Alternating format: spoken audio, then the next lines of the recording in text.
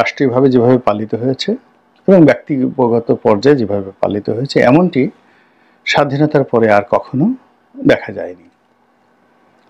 ইতিবাচক, নেতিবাচক, আশ্চর্যজনক, ব্যতিক্রমী, বিতর্কিত এবং আগামী দিনে আমাদের যে কৃষ্টি কালচার, তেহজিব এবং তমুদ্দুন, এক্ষেত্রে কি ভয়াবহ বিপর্যয় আসতে পারে তার কিছু নমুনা এবারের ঈদের অনুষ্ঠানের মধ্যে দেখা গিয়েছে।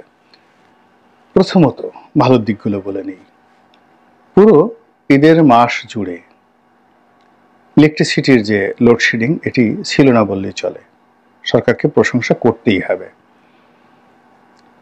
এবং এটি কেন হলো এবং কিভাবে হলো, আমার যতটুকু ক্ষুদ্র বুদ্ধি, আমার কাছে মনে হয়েছে যে আওয়ামী লীগ জমানাতে যে সিন্ডিকেট ছিল যারা কুইক রেন্টাল চালাতো, তো তারা তাদের স্টেশনগুলো বন্ধ রেখে সরকারের কাছ থেকে ক্যাপাসিটি চার্জ নিত, ফলে সবসময় একটা লোডশেডিং থাকতো। নতুন সরকার ক্ষমতায় আসার পরে এই সিন্ডিকেটটা ভেঙে গেছে, ফলে তাদেরকে বিল নিতে হয়েছে বিদ্যুৎ প্ল্যান্ট চালিয়ে, ফলে আমাদের লোডশেডিং হয়নি এবং এই প্রক্রিয়া যদি অব্যাহত থাকে আগামীতেও হবে না। এই গেল একটা। দ্বিতীয়ত হলো ঈদ যাত্রাতে স্বস্তি ছিল। সড়ক দুর্ঘটনা খুবই নগণ্য হয়েছে, সড়কে বিশৃঙ্খলা ছিল না, সড়ক ডাকাতি থেকে শুরু করে ঈদের বন্ধের সময় যা হয় চুরি ডাকাতির হাজানি, এই জিনিসগুলো হয়নি। মানুষ একটা স্বস্তির নিঃশ্বাস ফেলেছে, ধন্যবাদ সরকারকে। 3 নম্বরে যেটি হলো দ্রব্যমূল্য সহনীয় ছিল, মানুষের অভিযোগ খুবই সীমিত ছিল এবং মানুষ যে যার সামর্থ্য মতো ক্রয় করেছে এবং এটা নিয়ে তাদের তেমন কোনো অভিযোগ ছিল না। ক্ষেত্র বিশেষে কিছু কিছু ট্রল হয়েছে, এগুলো আমাদের দেশে হতে পারে। অনেকে যেমন টিকটক করেছেন যে এই ঈদে আপনার বাজেট কত, আমি তো 1 কোটি টাকার নিচে বাজেট করি না, এরকম কিছু ট্রল হয়েছে। ইট মিনস যে দেশের মানুষের হাতে টাকা ছিল।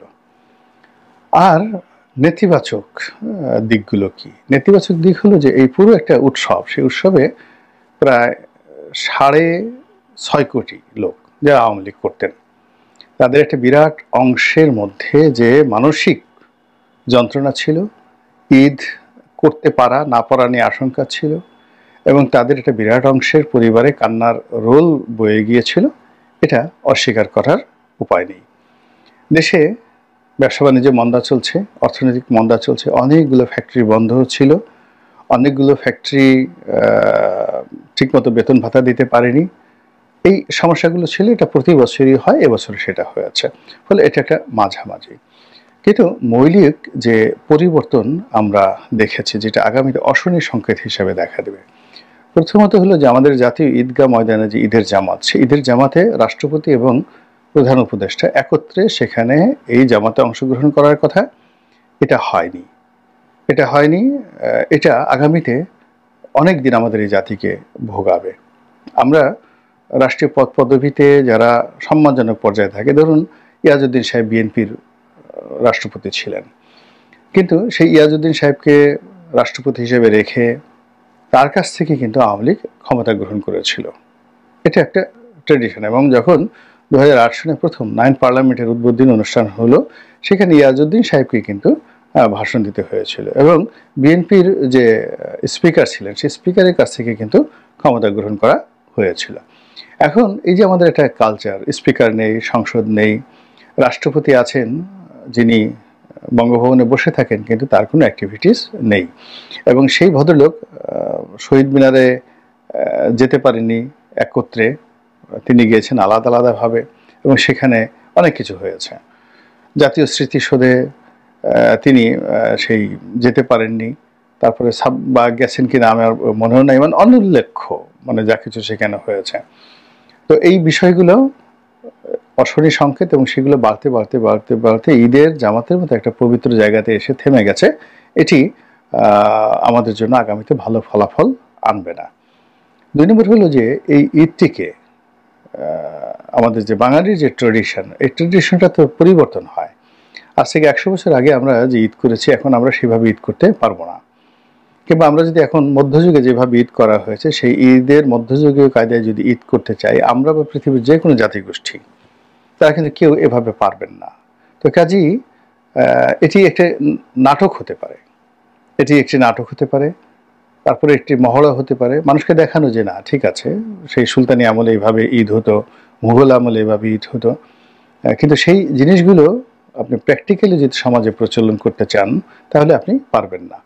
তো এইবার ঢাকা উত্তর সিটি কর্পোরেশনের পক্ষ থেকে যে সুলতানি জমানায় যে ঈদের আয়োজন, সেই ঈদের আয়োজনকে দেখানোর জন্য সেখানে পাপেট শো করা হয়েছে এবং নাসিরউদ্দিন হুজ্জার সেই বিখ্যাত পর্যটক, বিখ্যাত যাকে বলা হয় ট্রান্স এশিয়া বা মধ্য এশিয়ার সেই বিখ্যাত জ্ঞানীগুণী পণ্ডিত ব্যক্তি, যিনি স্যাটায়ারের মাধ্যমে পৃথিবীতে অমর হয়ে আছেন তার মানে সার্কাস্টিক কর্মকাণ্ডের জন্য।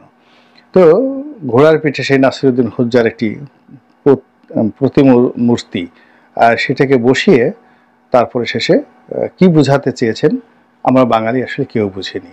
বরং সেই নাসিরউদ্দিন হুজ্জার দাড়ি, তার মুখের রং, তার মূর্তির আকৃতি, অবয়ব, এটা বাংলাদেশের দুজন বিখ্যাত লোকের সঙ্গে এই মুহূর্তে রাজনীতিতে আলোচিত বিতর্কিত দুজন বিখ্যাত লোকের সঙ্গে মিলে গেছে এবং এটা নিয়ে খুব তোলপাড় চলছে পক্ষে এবং বিপক্ষে।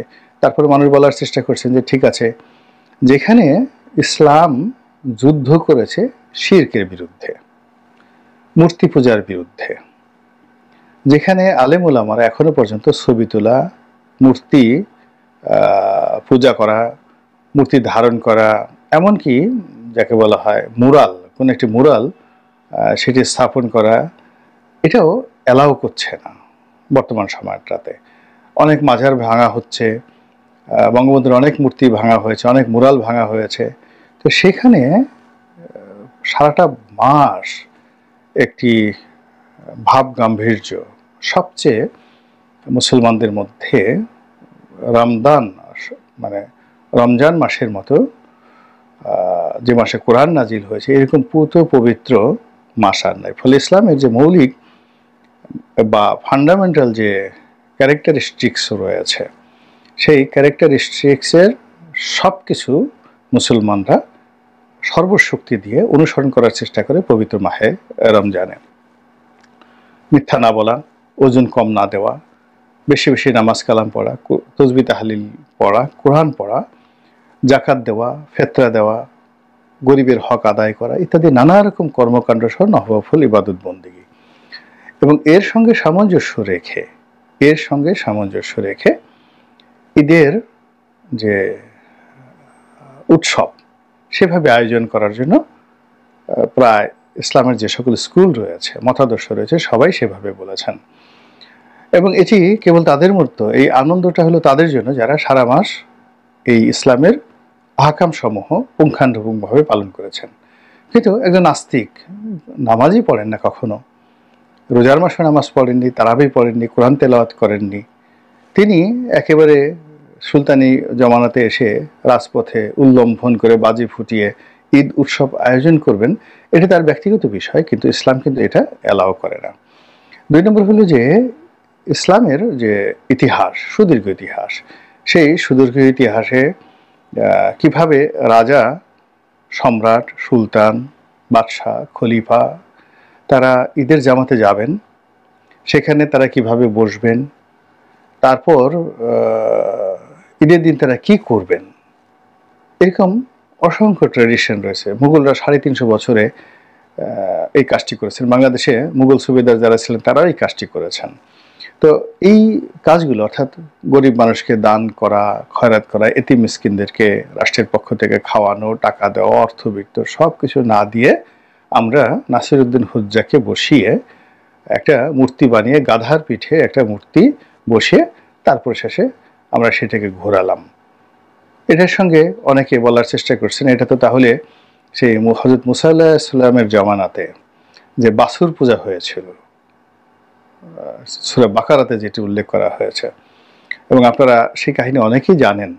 এবং এই বাছুর পূজার জন্য বনী ইসরায়েলদের মধ্যে এত বড় ফিতনা তৈরি হয়েছিল যে আল্লাহর হুকুমে অনেক লোককে সরাসরি কতল করতে বলা হয়েছিল। যারা এই কর্মকাণ্ডের সঙ্গে জড়িত ছিলেন তারা অন্য লোক হত্যা করেন, তারা নিজেরা নিজেদের পেটের মধ্যে তলোয়ার ঢুকিয়ে তারপরে তারা মানে ভবলীলা সাঙ্গ করেছে, নিজেদের ভবলীলা সাঙ্গ করেছে।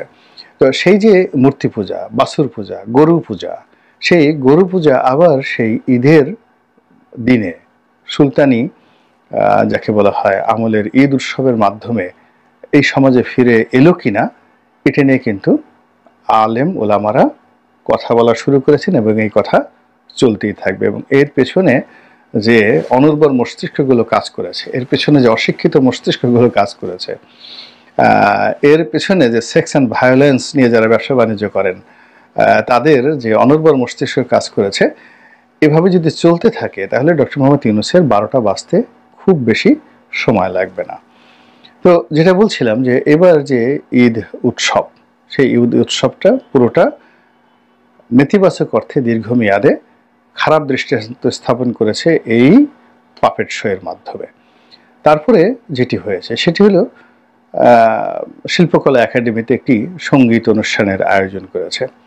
এমনি ইসলামের যে ঈদের যে আনন্দ, সেই আনন্দের মধ্যে এরকম নর্তকীর নৃত্য, গায়কের গায়কী, বাদ্যযন্ত্র, এই জিনিসগুলোর ইসলামে বহু বিতর্ক রয়েছে এবং বেশিরভাগ আলেম ওলামাই ঠিক এরকম বেহায়াপন্না, বেহাল্লাপন্না, যেখানে জেনা ব্যভিচারের একটা দারুণ উন্মুক্ত হয়। আপনি বসে আছেন, সারা মাস রোজা রেখেছেন, নামাজ পড়েছেন, আল্লাহর কাছে বলেছেন, হে আল্লাহ আমার চোখ কান এগুলো তুমি জেনা থেকে, ব্যভিচার থেকে আল্লাহ মুক্ত রাখো। কিন্তু ঈদের দিন আপনি কি করলেন? বসে রইলেন পাঞ্জাবি পরে, আপনার সামনে নর্তকী নাচতেছে, তার স্তন্য দুলিয়ে দুলিয়ে সে আপনাকে দেখাচ্ছে, তার নিতম্ব দুলিয়ে দুলিয়ে আপনার মধ্যে কামনার সৃষ্টি করছে।